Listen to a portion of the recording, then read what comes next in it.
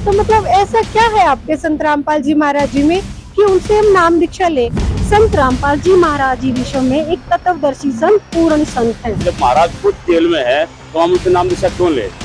इन झूठे गुरुओं और प्रशासन की मिलीभगत की वजह से हमेशा देखा गया है, जब भी परिवर्तन कोई लाता है तो जो क्रांति होती है, वो परिवर्तन जो लाता है उसको जेल में जाना ही पड़ता है। ये पूछना था कि हम कैसे विश्वास कर ले कि संत रामपाल जी महाराज ही सच बोल रहे हैं, क्योंकि ऐसे तो विश्व में और भी संत हैं, वो भी अपना ज्ञान बताते हैं। इंटरनेशनल चैनल पर सबको चैलेंज कर रखा है, सभी गुरुओं को, सभी आचार्यों को ज्ञान के लिए, चर्चा के लिए आओ, क्यों नहीं आ रही?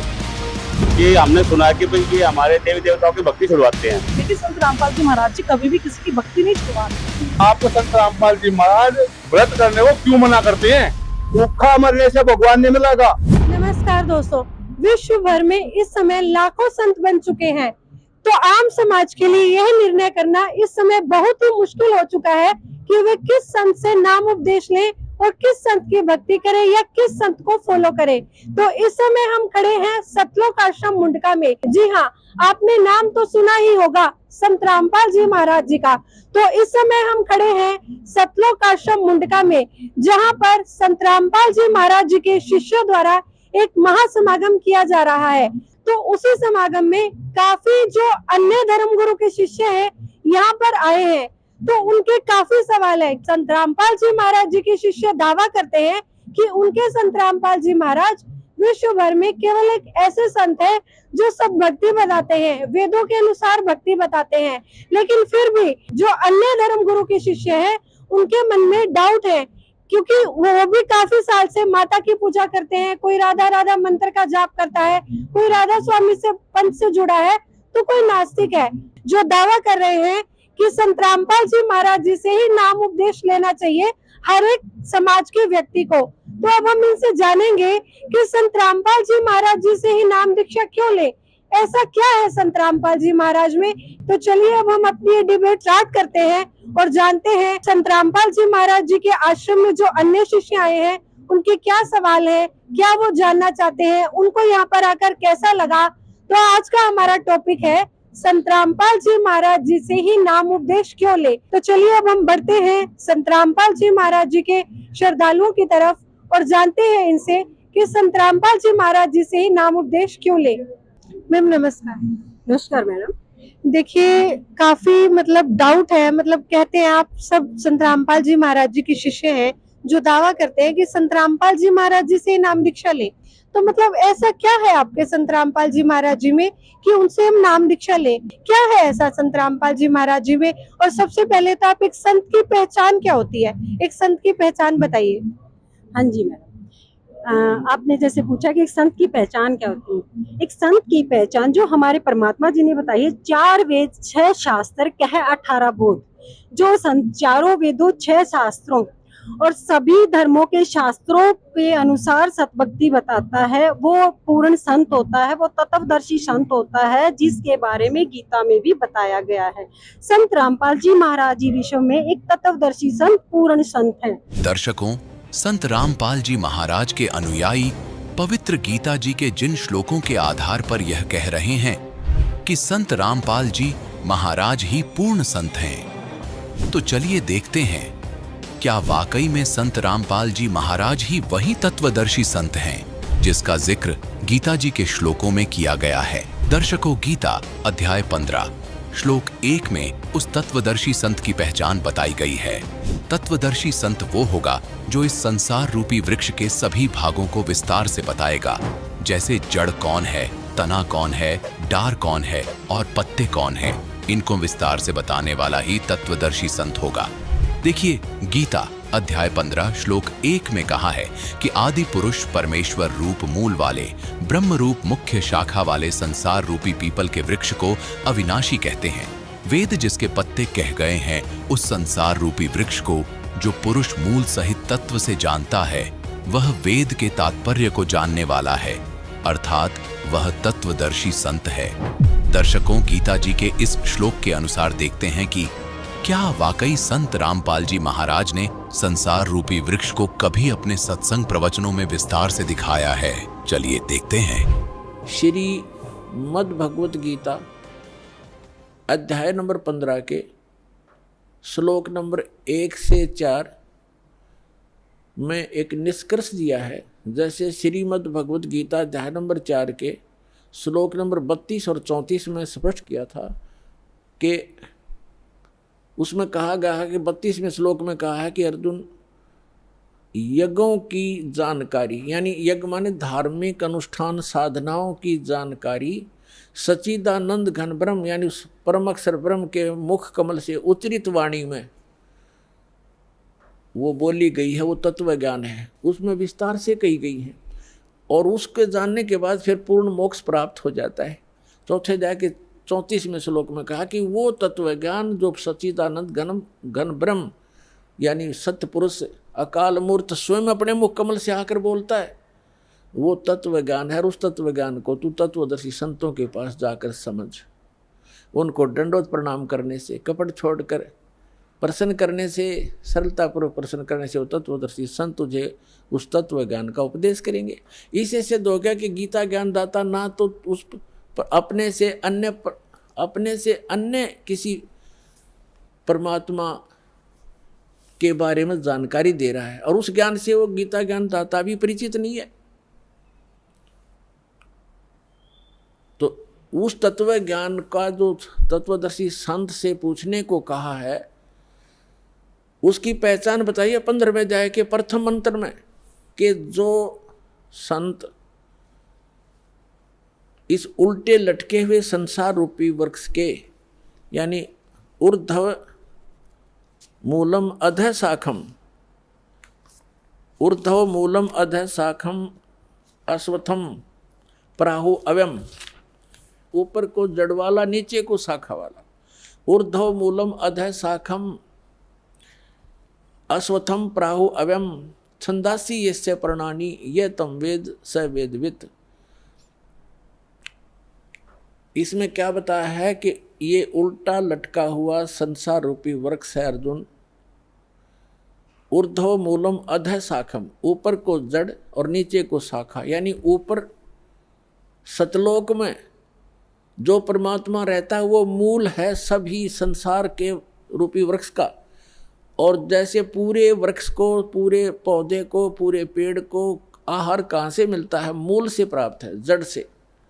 तो वो सबका पालनहार, सबका धारण पोषण करने वाला वो मूल परमात्मा, वो मूल मालिक तो ऊपर है। ऊर्ध्व मूलम, इस संसार रूपी वृक्ष की ऊपर को जो जड़ है वो तो पूर्ण परमात्मा है, नीचे को शाखा है, ये संसार रूपी वृक्ष है। और इसके जो सभी विभागों को जानता है, ये देखिएगा, स वेदवित, वह तत्वदर्शी संत है। ये देखिए, ये है पंचदशो अध्याय 15वां अध्याय, मंत्र नंबर 1। ऊर्ध्व मूलम, ऊर्ध्व माने ऊपर, अधः माने नीचे को शाखा, अश्वत्थम माने पीपल का, पीपल रूपी संसार रूपी पीपल का वृक्ष समझो। प्राहु कहा जाता है अव्यम अविनाशी। ऊर्ध्व मूलम अधः शाखम अश्वत्थम प्राहु अव्यम छंदासी यस्य प्रणानी ये तम वेद स वेदवित। इसका सीधा सा अर्थ है कि ऊपर को जड़, ये संसार रूपी वृक्ष का एक चित्र जानो, ऊपर को जड़ और नीचे को शाखा वाला है, ये संसार रूपी वृक्ष है। और जो संत जड़ से लेकर, मूल से लेकर तना, मोटी डार, शाखा और पत्तों तक बता देगा, स वेदवित, वो तत्वदर्शी संत है। अभी दास ने सत्संग के प्रारंभ में कहा था, तुम साहेब तुम संत हो, तुम सतगुरु तुम हंस, गरीब दास तेरे रूप बिना और न दूजा अंश। रामानंद जी ने कहा था कि हे परमात्मा, तुम साहेब तुम भगवान हो, तुम साहेब तुम संत, और तुम सतगुरु तुम हंस हो। सतगुरु माने तत्व ज्ञान, यथार्थ ज्ञान बताने वाले भी आप ही हो। तो उस परमात्मा ने, सच्चिदानंद घन ब्रह्म ने अपनी अमृतवाणी में इन सभी सदग्रंथों का ज्ञान पहले ही बोल रखा है। सतगुरु के लक्षण कहूँ मधुरे बैन विनोदे, 4 वेद 60 शास्त्र वो कहे 18 बोधे। सतगुरु के लक्षण, सतगुरु की एक पहचान ये भी है कि सभी सदग्रंथों का ज्ञाता होता है वो, तो वो परमात्मा स्वयं ही थे। 600 वर्ष पहले कहा था, अक्षर पुरुष एक पेड़ है निरंजन, सर पुरुष वाकी डारे, तीनों देवा शाखा हैं ये पात रूप संसारे। खुद भगवान ने अपने द्वारा रची सृष्टि को आप ही बताया था कि अक्षर पुरुष एक पेड़ है। अभी दास ने बताया था गीता अध्याय नंबर 15 के श्लोक 16 और 17 में 3 पुरुष हैं, सर पुरुष, अक्षर पुरुष और परम अक्षर पुरुष। तो यहाँ परमात्मा ने अक्षर पुरुष से शुरू किया, क्योंकि जो मूल मालिक है वो परम अक्षर ब्रह्म है। वो तो जड़ है संसार रूपी वृक्ष की, वो गुप्त होता है, जड़ें हिडन होती हैं, पृथ्वी में छुपी रहती हैं और सब काम वहीं से हो रहा है। तो ऐसे वो परमात्मा तो प्रोक्ष है, गुप्त है। उसने परमात्मा ने अपने को छोड़कर इस सेंटेंस, इस वाणी में अक्षर पुरुष, ज्योति निरंजन सर पुरुष और तीनों देवता रजगुण ब्रह्मा सतगुण विष्णु तमगुण शिव जी और पत्तों की जानकारी इस वाणी में दिया। का क्या कहा है कबीर, अक्षर पुरुष एक पेड़ है। ये देखो, अक्षर पुरुष एक पेड़ है, सर पुरुष कहो इसको, निरंजन कहो, सर पुरुष वा की डार और तीनों देवा शाखा है पात रूप संसार। तो वो परमात्मा सतगुरु थे और खुद वो सत्ता ज्ञान देने के लिए आते ही आते हैं, ये वेद बताते हैं।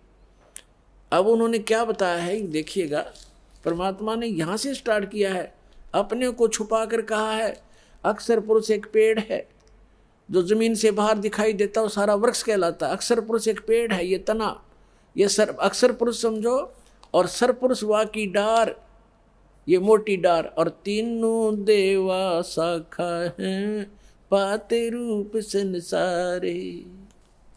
अब यहाँ परमात्मा ने स्पष्ट कर दिया, अपने को छुपा दिया कि अक्सर वो मूल मालिक तो है ही, वो दास भेज दिया ये बताने के लिए कि वो जड़ कौन है, वो परम अक्षर ब्रह्म है। ये देखिएगा इस चित्र के अंदर ये लिखा है स्पष्ट, ये देखो, ये मूल है, पूर्ण ब्रह्म कहो, परमेश्वर कहो, और ये है परम अक्षर ब्रह्म, ये परम अक्षर ब्रह्म है। ये जड़ जो है ये परम अक्षर ब्रह्म को समझो, ये मूल है उस संसार रूपी वृक्ष की। और वो है कौन, ये देखिएगा इधर, पूर्ण ब्रह्म कबीर साहेब, ये कबीर परमेश्वर परम अक्षर ब्रह्म है, ये है संसार रूपी वृक्ष की जड़। और ये अक्षर पुरुष एक पेड़ है, सरपुरुष वा की डार और तीनों देवा शाखा है, ये पात्र। अब हम आते हैं श्रीमद् भगवद गीता के अध्याय नंबर 15 के श्लोक नंबर 1 पर। ऊर्ध्व मूलम अधः शाखम। गीता ज्ञान दाता ने केवल इतना बताया, ऊपर को जड़, नीचे ने शाखा वाला ये संसार रूपी उल्टा लटका हुआ संसार रूपी वृक्ष समझो, पीपल का वृक्ष रूप। और छंदासी यस्य प्रणानी, यस्य माने इसके, छंद माने विभागों को, सब भागों को, पार्ट्स को, ये तम वेद, इसके पत्ते आदि जो छंद हैं, इसके विभाग हैं, उनको जो जानता है, उस अज्ञान अंधकार में छपे हुए इस संसार रूपी वृक्ष के सभी विभागों को जो जानता है, स वेदवित, वह वेद के तात्पर्य को जानने वाला है, वो तत्वदर्शी संत है। देख रहा पंच 10वां अध्याय 15वां अध्याय श्रीमद् भगवद गीता का। आदि पुरुष परमेश्वर मूल वाले। अब यहाँ इन्होंने गड़बड़ कर दिया, यहाँ तो ठीक लिख दिया, यहाँ लिख दिया अधः शाखम, ब्रह्मा रूप मुख्य शाखा वाले, ये गलत कर दिया। अधः माने नीचे शाखा वाले लिखना था। अब देखो ये 2 नंबर मंत्र है गीता का 15वें अध्याय का, इसमें अधः 2 बार लिखा है अधः, और इसका अनुवाद इन्होंने किया यहाँ पर देखो, अधः माने नीचे और अधः माने नीचे। तो यहाँ शर्मा गई है, इनका ज्ञान तो था। और ऊर्ध्व माने ऊपर, ऊर्ध्व माने ऊपर, सर्वतर नहीं ऊपर, ऊर्ध्व माने ऊपर, ऊर्ध्वम ऊपर, ऊपर जड़ और नीचे अधः माने नीचे। तो यहाँ प्रथम मंत्र में 15वें अध्याय का अब यहाँ लिखना था ऊर्ध्व मूलम, ऊपर को मूल वाला, वो आदि पुरुष परमेश्वर हो तो ठीक है, परम अक्षर ब्रह्म है, ऊपर मूल तो उसकी संसार रूपी वृक्ष की। और अधः शाखम, ये नीचे को शाखा वाला, जैसा भी आपको दिखा था, ये है ये ऊर्ध्व मूलम अधः शाखम। अब गीता ज्ञानदाता ने केवल इतना ज्ञान दिया है कि ऊपर न जड़ और नीचे को शाखा वाला, दैट्स ऑल। ये उल्टा लटका हुआ ये संसार रूपी वृक्ष जानो। अब इस और जो इसके सभी भाग बताएगा सवेदवित, वो तत्वदर्शी संत है। ये देखना अध्याय नंबर 15 का, पंचदशो अध्याय 15वां अध्याय का और मंत्र नंबर 1। ऊर्ध्व मूलम अध शाखम अश्वत्थम प्राहु अव्यम छंदासी यस्य प्रणानी ये तम वेद स वेदवित। इसके पत्तों, प्रणानी माने पत्ते, आदि पुरुष परमेश्वर मूल वाले, यहाँ लिखना था नीचे शाखा वाले, ऊपर को जड़ वाला नीचे शाखा वाला। संसार रूपी पीपल के वृक्ष को अविनाशी कहते हैं। और वेद, छंद माने वेद नहीं होता, छंद माने विभाग भी होता है। छंद, छंदी, अच्छा छंद जिसके पत्ते कहे गए इसका अर्थ है। और उस संसार रूप वृक्ष को जो मूल सहित जड़ से लेकर पत्तों तक तत्व से जानता है, स वेदवित, वह वेद के तात्पर्य को जानने वाला है, अर्थात वो तत्वदर्शी संत है। यह पहचान बताती है। अब परमात्मा ने स्वयं आकर बताया है कि अक्षर पुरुष एक पेड़ है, सरपुरुष वाकी डार और तीनों देवा शाखा, ये पात्र रूप संसार। वो मूल कौन है? वो खुद मालिक जो रचने वाला है। जीव धर्मबोध के अंदर परमात्मा ने लिखा है कि गुरु के लक्षण 4 बखाना। जो गुरु होगा उसमें 4 गुण होंगे। जो मेरे द्वारा भेजा हुआ जो मेरा दास होगा उसके विशेष गुण ये होंगे। गुरु के लक्षण 4 बखाना, यानी 4 गुण बताता हूं। प्रथम वेद शास्त्र को ज्ञाना, उसके पास वेद सदग्रंथों का कंप्लीट ज्ञान होगा। और दूसरे हरि भक्ति मन कर्म वाणी, यानी वो केवल वक्ता जिज्ञासु नहीं होगा, वो भक्ति खुद भी करेगा और सारे संसार से भी भक्ति कराएगा। और तीसरे समदृष्टि कर जानी। और तीसरा उसमें ये गुण होगा कि सभी को एक समान दृष्टि से व्यवहार करेगा, एक जैसा सबको बर्ताव करेगा, समदृष्टि होगा। और चौथे वेद विधि सब कर्मा है।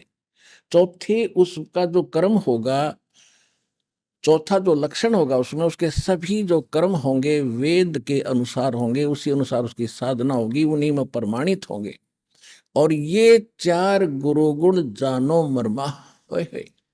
कहते उस गुरु के अंदर ये 4 गुण होंगे, इस मर्म को, इस गुप्त भेद को पहचान लेना। तो ये तत्वदर्शी संत अब ये दास है इस पृथ्वी पे और सब सदग्रंथों से प्रमाणित है कि ये लक्षण होते हैं संत के। दर्शकों, संत रामपाल जी महाराज के इन आध्यात्मिक प्रवचनों से यह तो स्पष्ट हो गया कि संत रामपाल जी महाराज ही तत्वदर्शी संत हैं, क्योंकि केवल संत रामपाल जी महाराज ही एकमात्र ऐसे संत हैं जिन्होंने गीता अध्याय 15 के श्लोक 1 में वर्णित संसार रूपी वृक्ष को जड़ से लेकर पत्तों तक विस्तार से बताया है। अर्थात यह सिद्ध होता है कि संत रामपाल जी महाराज ही तत्वदर्शी संत हैं। अब तो आपका एक क्वेश्चन था इसी के अंदर कि संत रामपाल जी महाराज से ही क्यों नाम दीक्षा लिया, उन्हीं से क्यों जुड़े। आज वर्तमान में मैं मोटा एक एग्जांपल दूंगी। भक्ति तो बहुत दूर की छोड़िए, सबसे पहले एक इंसान को यहाँ के जो सुख चाहिए होते हैं, शारीरिक, मानसिक, आर्थिक, तो संत रामपाल जी महाराज जो हमें वेदों शास्त्रों के अनुसार, यानी according to way of our holy books, जो वर्शिप बताते हैं उसके अनुसार जो हम भक्ति करते हैं उससे हमें शारीरिक, मानसिक और आर्थिक सभी लाभ होते हैं। उनके अनेकों इतने शिष्य हैं जिनके लाखों ऐसी लाइलाज बीमारियां जो उनसे नाम दीक्षा लेने मात्र से ही ठीक हो गई थी, जो कि डॉक्टरों ने बिल्कुल मना कर दिया था। सेकंड, समाज में आज इतनी बुराइयां फैल चुकी हैं। संत रामपाल जी महाराज एक समाज सुधारक का भी काम करते हैं। जो 600 वर्ष पहले कबीर परमेश्वर ने टंके की चोट पर दोनों धर्मों को लताड़ते हुए कहा था कि दोनों धर्मों की ही जो कमियां थी उनको बताना, सेम वही कार्य संत रामपाल जी महाराज कर रहे हैं। वो बताते, वो आज दहेज प्रथा जो जिसके कारण अनेकों बेटियों के माता पिता को चिंता हो जाती है, हमारी बेटी बड़ी होगी कैसे दहेज देंगे। भ्रूण हत्या, लड़कियों की लड़की होगी, लड़की हो गई, अनेकों ऐसे सामाजिक कार्य कर रहे हैं जिनसे समाज में सुधार होता जा रहा है। उनका एक भी अनुयायी ना दहेज लेता है, ना देता है, और ना ही किसी भी प्रकार का कोई नशा या और अन्य सेवन करते, इसलिए जो कि समाज में एक बहुत शुद्ध समाज का निर्माण संत रामपाल जी महाराज कर रहे हैं। तो देखा आपने, संत रामपाल जी महाराज जी के शिष्यों का कहना है कि संत रामपाल जी महाराज वेदों के अनुसार भक्ति बताते हैं। तो चलिए अब हम चलते हैं, जो अन्य धर्म गुरु के श्रद्धालु यहाँ पर आए हुए हैं उनसे जानते हैं वो किस पंथ से जुड़े हैं और यहाँ पर आकर उनको कैसा लगा, और संत रामपाल जी महाराज के बारे में उनके क्या विचार है। सर नमस्कार। राम राम जी। कहाँ से आए हैं सर आप? मैं दिल्ली से आया हूँ जी। पहली बार आए हैं यहाँ? हाँ जी, पहली बार आया हूँ। कैसा लगा आपको यहाँ पर यहाँ आकर? पे व्यवस्था तो ठीक लगी जी यहाँ की। पहले समझ लिए भाई क्या है यहाँ पे, क्या सिस्टम है, क्या भक्ति है, तो हम इस चीज की जानने के लिए आए हैं। आप कौन से धर्म से बिलोंग करते हैं, किसको मानते हैं आप? सनातन धर्म से है जी। हम वैसे किसी के साथ अभी जुड़े नहीं है, पहली बार जुड़ेंगे। अगर हमें सही लगेगा तो जब हम पहले सुनेंगे समझेंगे उस चीज को। अब इनके पास आए तो कुछ हमारे मन में कुछ है हमारी, तो उसको पहले हम क्लियर करेंगे, उसके बाद हम सोचेंगे। क्या जानना चाहते हैं आप आज हम संत जानना ये रामपाल चाहते जी हैं महाराज कि जी के शिष्यों से? हमारे को इनके ये बोला है कि आप यहाँ से नाम दीक्षा लो। हम नाम दीक्षा क्यों ले? हमने सुना है कि भाई ये हमारे देवी देवताओं की भक्ति छुड़वाते हैं, तो हम वो भी डाउट क्लियर करना चाहते हैं अपने कि ये भक्ति क्यों छुड़वाते हैं। सब जगह आना जाना बंद करा देते हैं जी, कहीं आपको कहीं धर्म तीर्थ स्थल पर या कहीं नहीं जाना, तो हम वो सारे डाउट क्लियर करके तभी आगे कुछ सोचेंगे बढ़ने के लिए।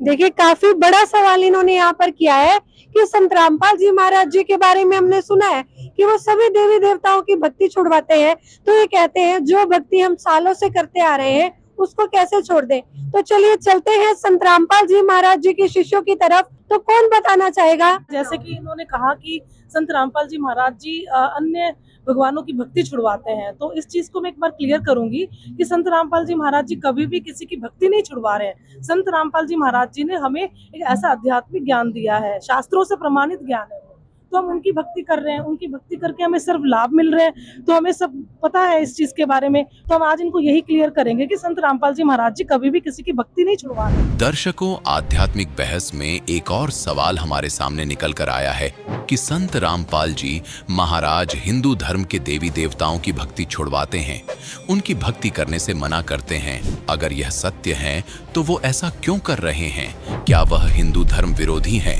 तो चलिए संत जी के सत्संग प्रवचनों को एक बार फिर खंगालते हैं और देखते हैं कि क्या वाकई में संत रामपाल जी देवी देवताओं की भक्ति छुड़वाते हैं। चलिए देखते हैं। कई कहते हैं कि आपके गुरुजी तो ब्रह्मा विष्णु महेश को छुड़वाते हैं। ब्रह्मा विष्णु महेश को हम छुड़वा सकते हैं? हम कोई बालक है? तीनों देवा कमल दल बसे, ये ब्रह्मा विष्णु महेश, प्रथम इनकी वंदना फिर सुन सतगुरु उपदेश। उनका था कि ये तीनों देवा कमल दल में बसते, हमारे कमलों में, इन दलों में अंदर रहते हैं, और प्रथम इनकी वंदना, ये मंत्र जो करते हैं इनकी साधना करते हैं, और फिर सुन सतगुरु उपदेश, सतगुरु के ज्ञान को सुनो और उसका पूरा कंप्लीट कोर्स लो, तब ये बात बनेगी। पुण्यात्मा, कुछ भक्त जन ये समझते हैं कि संत रामपाल जो है ब्रह्मा विष्णु महेश की जो है ना आलोचना करता है। नहीं, और ये भी कहते हैं कि ब्रह्मा विष्णु महेश जी की पूजाएं छुड़वाता है। पुण्यात्मा, ना तो कुछ छोड़ना है, हमने अपनी साधना को शास्त्र अनुकूल करना है, जो हमारे सदग्रंथों में लिखा, जिससे हमें लाभ होगा। जैसे संसार रूपी एक वृक्ष है, अभी आपने देखा, और पुण्यात्मा आप जी ने कोई आम का पेड़ बोना है, आप जी ने कोई भक्ति कर्म करना है, आम का पौधा बीजना है, तो कैसे बीजोगे? उसको जड़ की तरफ से गमले में तो पौधा बनाओगे, और फिर मिट्टी में भी गड्ढा खोद कर जड़ की तरफ से लगाओगे, और फिर जड़ की सिंचाई करोगे, मूल की, जड़ों की। तो जड़ की यानी मूल की सिंचाई करने से संसार रूपी ये पौधा बड़ा होगा, और फिर टहनिया के फल होंगे लगेंगे। परमात्मा कहते हैं अक्षर पुरुष एक पेड़ है, निरंजन वा की डार, और तीनों देवा शाखा हैंगे, पात रूप संसार। अब देखिएगा, सीधा बीजा हुआ लगाया हुआ भक्ति रूपी पौधा, ये है एक पौधे को बीजने का प्रॉपर वे, सुचारू विधि ये है। नीचे को जड़ है, जड़ को मिट्टी में या गमले में पौधा बनाया है, फिर इसको गड्ढा खोद कर मिट्टी में डाला जाए और फिर जड़ की पूजा करे। फिर इससे क्या होगा कि ये सब टहनियाँ बढ़ जाएंगी, ये देवता। और हम क्या कर रहे हैं, हम उल्टा कर रहे हैं। हमने ब्रह्मा विष्णु महेश यानी टहनियों की तब पूजा शुरू कर दी और जड़ की पूजा छोड़ दी। हमने साधना शास्त्र विरुद्ध शुरू कर रखी है। और परमात्मा यही कहा करते, ये दास भी यही कहता है, परमेश्वर कहा करते थे कि इसको ऐसे कर लो, एक साध्य सब सदे है, सब साध्य सब जावे। सब साधन थे सारा नष्ट हो गए थे, पौधा उगना ही नहीं, लगना ही नहीं। एक साध्य सब सदे, एक की साधना करने से सारा पौधा प्रफुल्लित हो जाएगा। और सब साध्य सब जावे, माली यानी समझदार व्यक्ति जो सही प्रोसीजर से परिचित है, माली सिंचे मूल को हो, वो फल फूल गोए।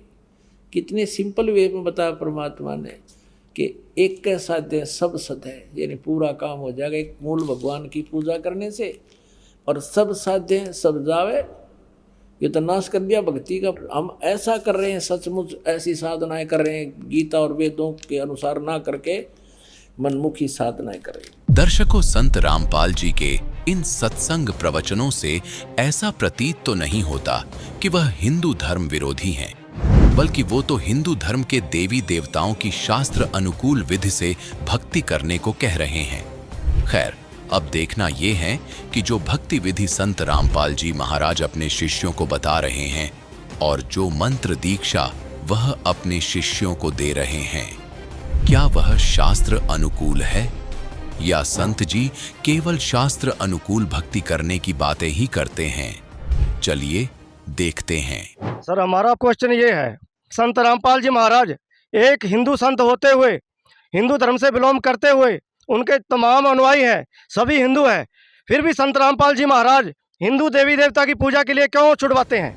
आइए सुनते हैं इस विषय में संत रामपाल जी महाराज के अनुयायियों के विचार। जैसा कि सर आपने देखा कि इनका कहना है कि संत रामपाल जी हिंदू है और हिंदू होकर हिंदू धर्म के देवी देवताओं की पूजा छुड़वाते हैं, ये कहाँ तक सही है? जी, ऐसा बिल्कुल भी नहीं है। ब्रह्मा विष्णु शिव जी, दुर्गा जी और गणेश भगवान के मंत्र, सभी देवी देवताओं के मंत्र संत रामपाल जी महाराज जी के शिष्य करते हैं। दर्शकों, जैसा कि संत रामपाल जी महाराज के अनुयायियों का कहना है कि संत रामपाल जी महाराज हिंदू धर्म के देवी देवताओं श्री ब्रह्मा जी, विष्णु जी, शिव जी, दुर्गा जी और गणेश जी के वास्तविक शास्त्र अनुकूल मंत्र दे रहे हैं। चलिए देखते हैं कि क्या वाकई में यह सत्य है। अब पहले तो आपको प्रथम मंत्र दिखाते हैं कि प्रथम मंत्र क्या है। ये देखिएगा, ये हमारा बॉडी का चित्र है, इसमें ये कमल बने हुए हैं। ये मूल कमल में गणेश जी और इसका ये किलियम जाप है और इससे ऊपर स्वाद चक्र अनुष्ठान, ये स्वादिष्ठान चक्र भी कहते हैं। इसकी 6 पंखुड़ियाँ दूसरे कमल की, और सावित्री ब्रह्मा इसका ओम जाप है। यहाँ लक्ष्मी और विष्णु का जाप है, ये नाभि कमल है और इसका ये हरियम जाप है। ये शिव और पार्वती रहते हैं, यहाँ परमात्मा ने इनको मंत्र दिया था, ये मंत्र। तो उसके बाद ये उनके शिष्य बने थे, उसके बाद शंकर भगवान इसी का जाप करते, इसलिए सोहम जाप यहाँ इसका कहा गया। अब यहाँ देखिएगा, ये दुर्गा है, इसका ये 16 पंखुड़ियों का कमल है, कंठ के अंदर है और ये इनका जाप है। और यहाँ और आगे अलग, ये तो फिर केवल मालिक ने संदेश दिए हैं। अब ये हैं इस शरीर से, इस पिंड से यहाँ तक बरी होने के लिए हमने ये मूल मंत्र जाप करने हैं। कैसे करने हैं ये नहीं खोलूंगा, वो तो जो उपदेश लेगा उसी को बताऊंगा। दर्शकों, संत रामपाल जी महाराज ने अपने सत्संग प्रवचनों में यह सिद्ध कर दिया कि सनातन धर्म में 5 देवों की साधना प्रमुख है। इसलिए संत रामपाल जी महाराज अपने शिष्यों को प्रथम चरण में इन्हीं 5 देवों के मंत्र जाप करने को देते हैं। दर्शकों, यदि आपको इस बात पर शंका है कि क्या वास्तव में सनातन धर्म में केवल 5 देवों की साधना ही प्रमुख है, तो देखिए आदि शंकराचार्य जी भी इस बात का समर्थन कर रहे हैं। आइए पहले श्री निश्चलानंद जी के विचार सुनते हैं। एक ही परमात्मा सृष्टि के प्रारंभ में स्वयं को 5 रूपों में व्यक्त करते हैं। उत्पत्ति नामक कृत्य का निर्वाह करने के लिए स्वयं को हिरण्यगर्भ ब्रह्मा बना देते हैं, या हिरण्यगर्भ ब्रह्मा के रूप में व्यक्त होते हैं। स्थिति नामक कृत्य का पालन, रक्षण नामक कृत्य का निर्वाह करने के लिए वे विष्णु के रूप में, श्रीमन नारायण के रूप में स्वयं को प्रकट करते हैं। संहार नामक कृत्य का निर्वाह करने के लिए शिव के रूप में प्रकट करते हैं। निग्रह नामक कृत्य का निर्वाह करने के लिए, कृत्य माने कार्य, शक्ति के रूप में स्वयं को व्यक्त करते हैं। अनुग्रह नामक कृत्य का निर्वाह करने के लिए गणपति या गणेश के रूप में स्वयं को प्रकट करते हैं। श्री निश्चलानंद जी ने बताया है कि काल ब्रह्म के लोक में इन मुख्य 5 देवी देवताओं ने काल ब्रह्म की सारी व्यवस्थाओं को संभाला हुआ है। ये 5 देवता मुख्य तौर पर हिंदू धर्म में पूजे जाते हैं। आइए अब आपको शंकराचार्य माधवाचार्य जी के भी विचार सुनाते हैं, जिसमें वे भी स्वीकार कर रहे हैं कि हिंदू धर्म में मुख्य तौर पर इन 5 देव की भक्ति होती है। सुनिए माधवाचार्य जी के विचार। आप जी का इष्ट देव कौन है? इष्ट देव तो कोई भी हो सकता है। हम सभी हम तो 5 देव उपासना करते हैं, 5 देवता होते हैं। तो दर्शकों, देखा आपने, दोनों ही शंकराचार्यों जी ने ये बताया है कि हिंदू धर्म में इन 5 देवों की भक्ति का प्रावधान है। दर्शकों, पवित्र हिंदू धर्म की मान्यता के अनुसार सतयुग के आदि में प्रथम पुरुष ब्रह्मा जी के पुत्र मनु जी हुए हैं, जिन्हें स्वयंभू मनु भी कहा जाता है, और उनकी पत्नी जो कि प्रथम स्त्री सतरूपा जी हुई हैं। दर्शकों, सतयुग के आदि में मनु और सतरूपा शास्त्र अनुकूल यानी आदि सनातनी भक्ति किया करते थे।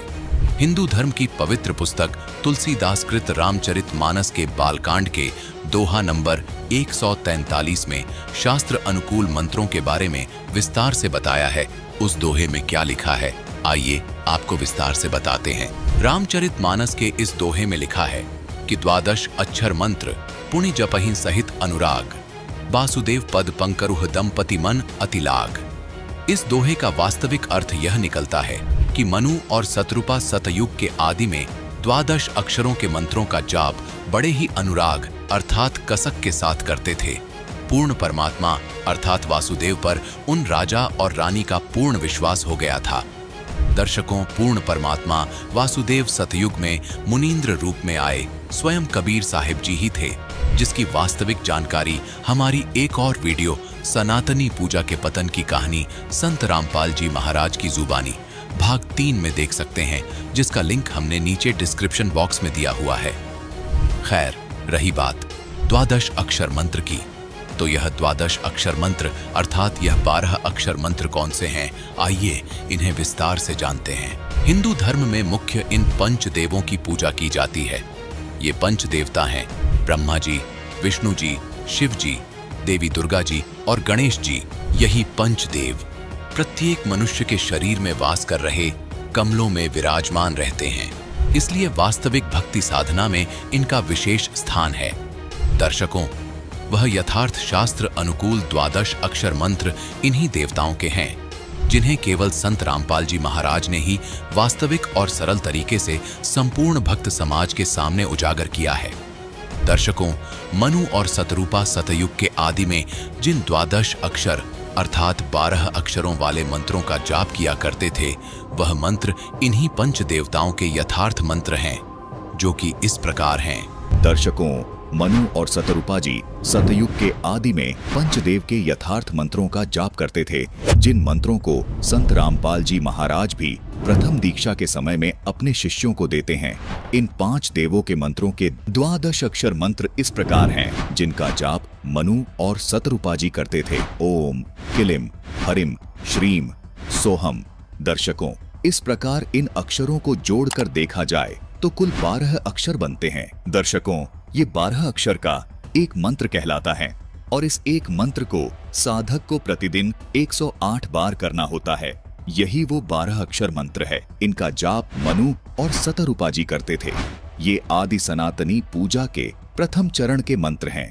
इन्हीं मंत्रों को संत रामपाल जी महाराज अपने शिष्यों को देते हैं। दर्शकों, आप सोच रहे होंगे ये जो ओम शब्द है, इसको एक ही अक्षर क्यों गिना गया, जबकि सुनने व बोलने में एक प्रतीत नहीं हो रहा। इस शंका के निवारण के लिए हमें गीता जी अध्याय 8 के श्लोक 13 को देखना होगा, जिसकी संस्कृत में लिखा है कि ओम इति एकाक्षरम, जिसके अनुवाद में लिखा है कि ओम इस एक अक्षर रूप का अर्थात ब्रह्म के नाम का चिंतन करता हुआ।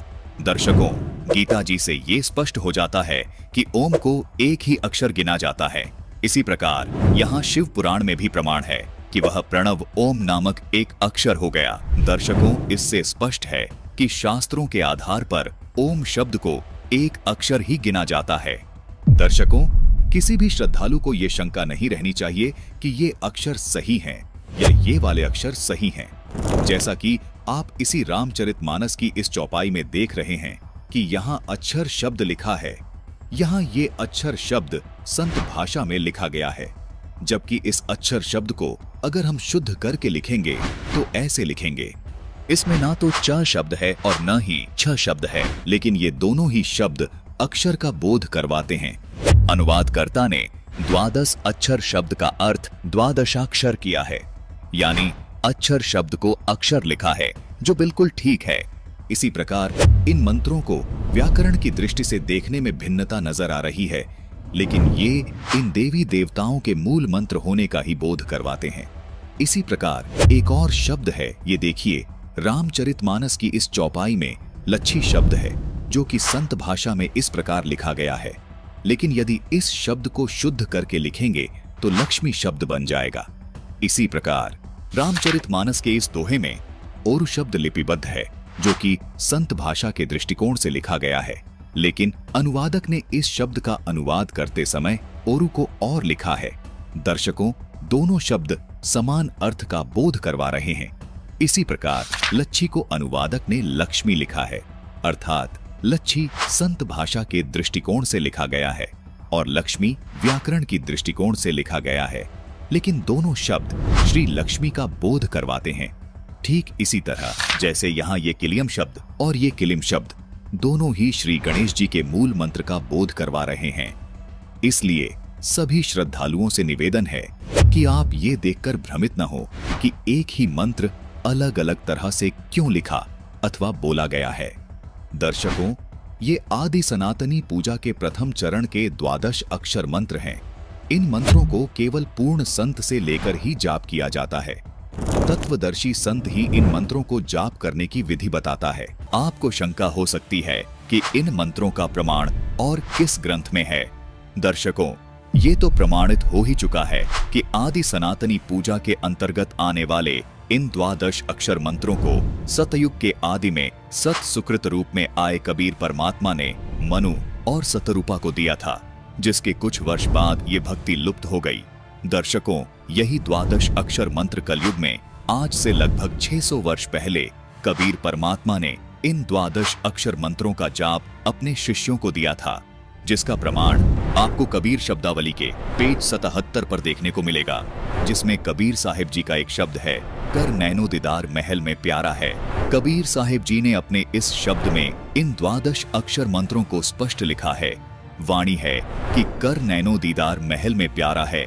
फिर आगे लिखा है, मूल कमल दल चतुर बखानो, किलिम जाप लाल रंग मानो, देव गणेश तहां रोपा थानो, रिद्धि सिद्धि चवर ढुलारा है, स्वाद चक्र शट दल विस्तारो, ब्रह्मा सावित्री रूप निहारो, उलट नागिनी का सिर मारो, तहां शब्द ओंकारा है, नाभि अष्ट कमल दल साझा, सेत सिंहासन विष्णु विराजा, हरिम जाप तासु मुख गाजा, लक्ष्मी शिव आधारा है। द्वादश कमल हृदय के माही, जग गौरी शिव ध्यान लगाई। सोहम शब्द तहां धुन छाई, गण करे जय जयकारा है। षोडश दल कमल कंठ के माही, ते ही मध्य बसे अविद्या बाई।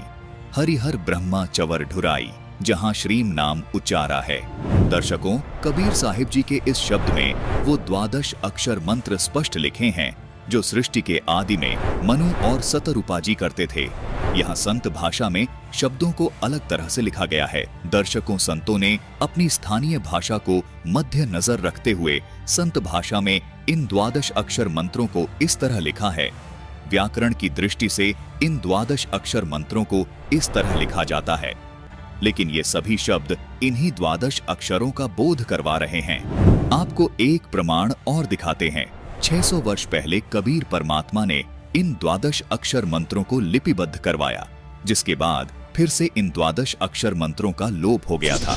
कबीर परमात्मा ने आज से लगभग 300 साल पहले फिर प्रकट होकर गरीबदास जी महाराज को छुड़ानी में आकर इन द्वादश अक्षर मंत्रों को प्रदान किया।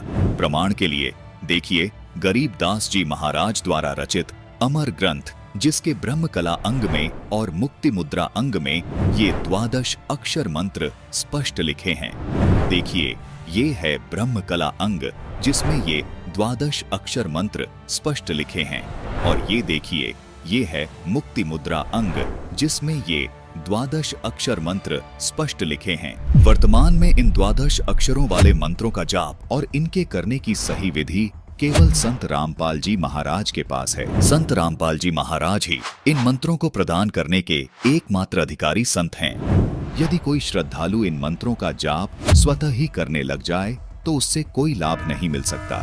दर्शकों, जिस प्रकार कोई व्यक्ति यदि किसी असली पासपोर्ट की फोटो देखकर खुद से पासपोर्ट बनाने लग जाए या किसी अनधिकारी से हस्ताक्षर करवा के पासपोर्ट प्राप्त करने की कोशिश करे, तो ये उसका व्यर्थ प्रयत्न होगा, जो कि उसके लिए बहुत हानिकारक होगा।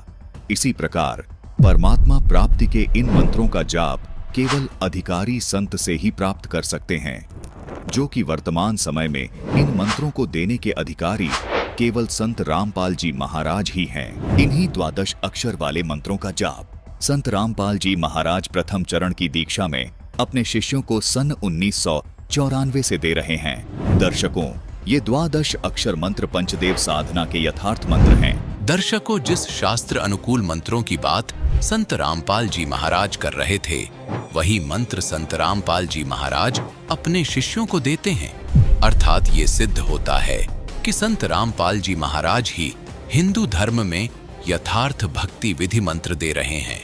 तो अब आप क्या कहना चाहेंगे? आपका कोई और सवाल हो, आप जानना चाहते हो, आप किस मंत्र का जाप करते हैं? सबसे बड़ी बात तो ये बताइए कि आप किस मंत्र का जाप करते हैं? हम तो ओम नमः शिवाय का जाप करते हैं जी। कहाँ पर लिखा है? क्या ये वेदों में लिखा है? जी, प्राचीन से चला हुआ आ रहा है। हमें तो जब से हम पैदा हुए हमारे बाप दादा ये जाप करते हुए, हमें भी ये बता के आगे हम भी अपने बच्चों को ये बताए शायद। बाकी हमें तो आज देखा है यहाँ पे आके कि यहाँ पे तो अलग ही सिस्टम से भक्ति बताई जा रही है। वेद खोल के दिखाए जा रहे हैं, शास्त्र खोल के दिखाए जा रहे हैं, पुराण खोल के दिखाए जा रहे हैं। तो अब हम इनको चीजों को समझेंगे तभी हमारे अंदर कुछ परिवर्तन आएगा, तभी हम यहाँ पे जुड़ सकते हैं जी। देखिए, जैसा कि इन्होंने बताया कि ओम नमः शिवाय का जाप करते हैं ये। आपका कहना है कि संत रामपाल जी वेदों में बताते हैं भक्ति साधना, तो क्या ओम नमः शिवाय का जो मंत्र जाप है वो वेदों में लिखा है? जी नहीं, ओम नमः शिवाय वेदों में कहीं नहीं लिखा है।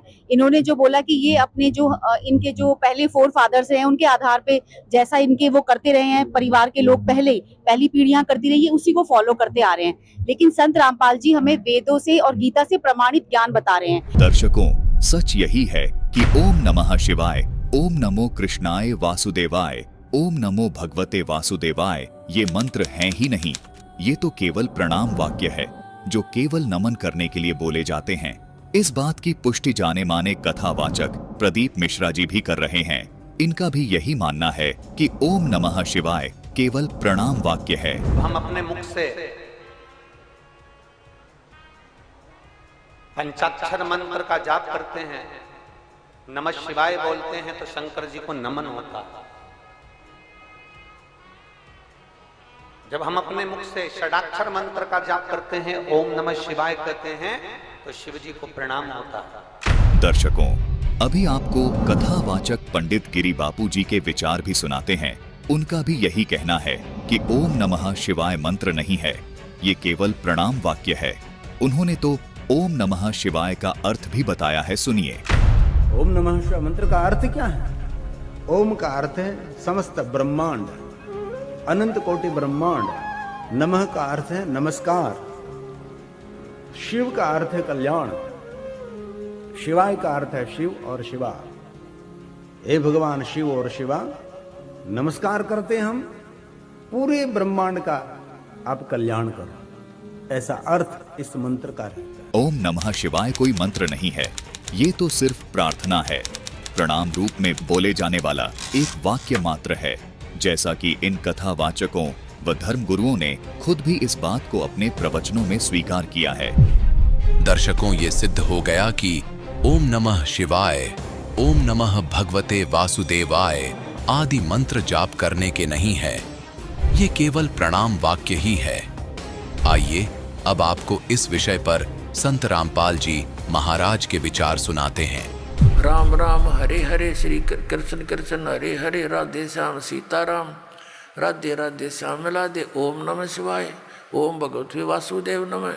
ये गायत्री मंत्र, ये मोक्ष मार्ग के मंत्र नहीं है, ये व्यर्थ है, यूजलेस है। गीता जी अध्याय नंबर 16 के श्लोक नंबर 23 और 24 में स्पष्ट किया कि जो शास्त्र विधि को त्याग कर मनमाना आचरण करते हैं, मनमानी पूजाएं जाप करते हैं, उनको न तो सुख होगा, ना कोई गति होगी, ना उनकी कोई उनको सिद्धि प्राप्त होगी, अर्थात यूजलेस। इसलिए 16वें अध्याय के फिर 24वें श्लोक में स्पष्ट किया गीता जी में, इससे तेरे लिए अर्जुन कर्तव्य और अकर्तव्य की अवस्था में कौन सी साधना करनी चाहिए और कौन सी त्याग देनी चाहिए। सदग्रंथों को आधार मानना, किसी के लोक वेद पर आधारित मत होना। तो श्रीमद् भगवद गीता हमारा आधार है भक्ति का, पवित्र वेद हमारा आधार है भक्ति का, साधना का। लेकिन पुराण हमारे सहयोगी हैं अध्यात्म ज्ञान को समझने के लिए। और जो पुराणों के अंदर वेदों और गीता वाला भक्ति विधि है, वो तो वेदों और गीता का ही है, वो तो हम उन्हीं से ग्रहण करेंगे। बाकी अन्य उसके अंदर उस ऋषि वक्ता, पुराण के वक्ता का अपने घर का ज्ञान है, जो वेदों और गीता से नहीं मिलता, वो हमने स्वीकार नहीं करना। अब गीता ज्ञानदाता कहता मेरा एक ओम अक्षर है, नथिंग एल्स, और कोई जाप ही नहीं है। इसके अतिरिक्त कोई मंत्र जाप करता है वो अपने डले ढो रहा है, वो कंकर पत्थर इकट्ठे कर रहा है, लाल नहीं है। ये ब्रह्म सत्र का है। और इससे जो इसकी साधना करता हुआ अंत समय में शरीर छोड़कर जाता है तो परम गति को प्राप्त होता है। वो परम गति कौन सी है? ब्रह्मलोक। और गीता जी अध्याय नंबर 8 के श्लोक 16 में कहा कि ब्रह्मलोक पर्यंत, वहां तक गए हुए सभी पुनरावृत्ति के अंदर है। अब 17वें अध्याय के गीता जी के 23वें श्लोक में कहा है कि उस सच्चिदानंद घन ब्रह्म के पाने का 3 मंत्र का जाप का निर्देश है, नथिंग एल्स। निर्देश माने नथिंग, और कुछ नहीं, सिंपल ओनली डायरेक्शन। ये है, देखिएगा 17वें अध्याय का और 23वां श्लोक श्रीमद् भगवद गीता, और ये 17वां अध्याय, 17वें का 23वां श्लोक है। ओम तत्सत इति निर्देश है, ब्रह्मण त्रिविध है समर्थ है, ब्राह्मणा तेन वेदा च यज्ञा विहिता पुरा। ओम ओम तत् तत् सत सत, ऐसे यह 3 प्रकार का सच्चिदानंद घन ब्रह्म, उस परम अक्षर ब्रह्म का मंत्र कहा है। अब सच्चिदानंद घन ब्रह्म परम अक्षर ब्रह्म का मंत्र ओम तत् सत, उसको पाने का। ओम तो पुण्यात्मा सीधा है ब्रह्म अक्षर पुरुष का, और जो तत् है वो अक्षर पुरुष का, और सत है ये परम अक्षर ब्रह्म का। ये भी कोड वर्ड है, सांकेतिक शब्द है। ओम और तत् जो सांकेतिक शब्द है वो दोनों मिलकर ये सतनाम बनता है, 2 अक्षर का। और जिसका भी आज तक मोक्ष हुआ उन महापुरुषों ने इस सतनाम का जाप किया है। और जो सत है वो सारनाम की तरफ संकेत है, वो भी कोई अन्य मंत्र है, वो सांकेतिक कोड वर्ड दास के पास है, इस पृथ्वी विश्व में किसी के पास है। दर्शकों, संत रामपाल जी महाराज के इन प्रवचनों को सुनकर यह सिद्ध होता है कि वास्तव में संत रामपाल जी महाराज गीता जी में वर्णित शास्त्र अनुकूल भक्ति साधना दे रहे हैं। अब आप ये सोचिए कि हम उन लोगों की बात माने या अपने वेद ग्रंथों की बात माने, फैसला कौन करेगा? जैसे कि हमारा देश का एक संविधान होता है, जब कोई कोर्ट किसी केस का फैसला नहीं कर पाती है तो हम अपने संविधान को खोलते हैं, उसे देखते हैं कि उसमें क्या लिखा है, तब फैसला होता है सही और गलत का। तो इसी तरीके से जो हमारे आध्यात्मिक ग्रंथ हैं वो हमारे आध्यात्मिक ज्ञान का फैसला करते हैं कि कौन सी भक्ति सही है और कौन सी गलत है। तो संत रामपाल जी आज के टाइम में हमें वही सिखा रहे हैं, हमसे वही करवा रहे हैं, हमसे वेदों के आधार पे, गीता के और जितने भी हमारे प्रमाणित ग्रंथ हैं, आध्यात्मिक ग्रंथों के आधार पर भक्ति करा रहे हैं। तो अब आप बताइए इसमें क्या गलत कर रहे हैं? देखिए, जैसा कि इन्होंने बताया कि संत रामपाल जी महाराज जी हैं, जो हमारे जो वेद शास्त्र हैं उनको खोलकर उसमें जो भक्ति साधना बताई है वो बताते हैं। आप कौन से मंत्र का जाप करते हैं सर? मैं तो सिर्फ 2 शब्द बताया है, सतनाम वाहेगुरु। सतनाम वाहेगुरु जपते हैं, हमें तो कभी कोई दिक्कत नहीं हुई। हम तो भंडारा खाने आए थे, इन्होंने हमें किताबों के बारे में बताया कि आपका ज्ञान ही गलत है, हमारा ज्ञान ही गलत है, सब कुछ इनको आता है। हम मतलब हमारे दादे परदादे जो हम पागल है वो। दर्शकों, आध्यात्मिक बहस में एक और सवाल निकलकर सामने आया है कि क्या सिख धर्म में सतनाम श्री वाहे गुरु मंत्र के जाप से मोक्ष संभव है? चलिए देखते हैं कि इस विषय पर संत रामपाल जी के अनुयायियों का क्या कहना है।